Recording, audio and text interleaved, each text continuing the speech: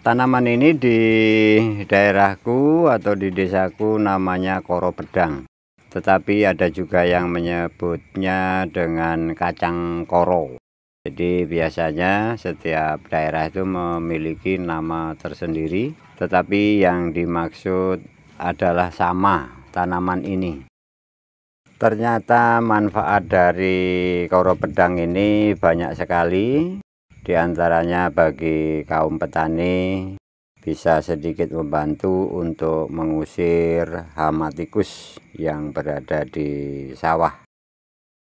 Itu dulu ada seorang teman yang menanam dari koro pedang ini di pematang sawahnya.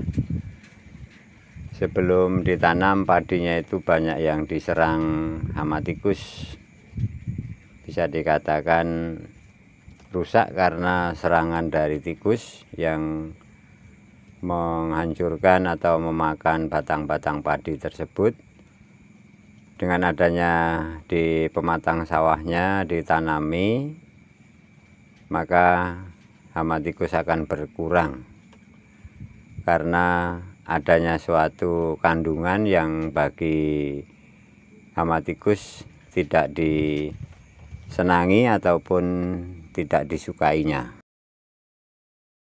Akhirnya tikus tidak mau mendekat dan padinya bisa terhindar dari hama tadi.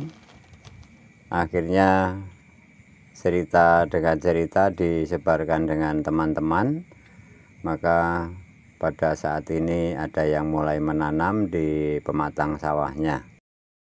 Kata seorang teman yang pernah membaca, entah dapat dari sumber mana itu saya tidak tahu, saya tanya juga kurang jelas. Yang jelas katanya akar dari koro pedang ini atau kacang koro ini mengandung racun sianida yang bagi hewan tikus ini tidak disukai atau tidak mau. Akhirnya di sekeliling pematang sawahnya ditanami koro pedang. Padahal di sekitar lokasi sawah desaku itu sudah dilakukan secara kompak, bertanam juga masih ada yang namanya hama tikus, atau mungkin saat itu musimnya musim tikus atau bagaimana ya saya kurang tahu. Yang jelas sudah dilakukan berbagai macam cara dengan adanya gerobyok tikus dan sebagainya. Kalau di desa kan seperti itu. Jadi tidak bosan-bosannya mencari lubangnya ataupun dengan cara yang lain tetap kurang berhasil. Terima kasih saya ucapkan pada sahabatku semuanya atas kebersamaannya. Ini hanya sebuah sharing dari pengalaman yang saya dapatkan dari lingkungan di sekitar sawah saya. Sampai jumpa kembali pada video berikutnya.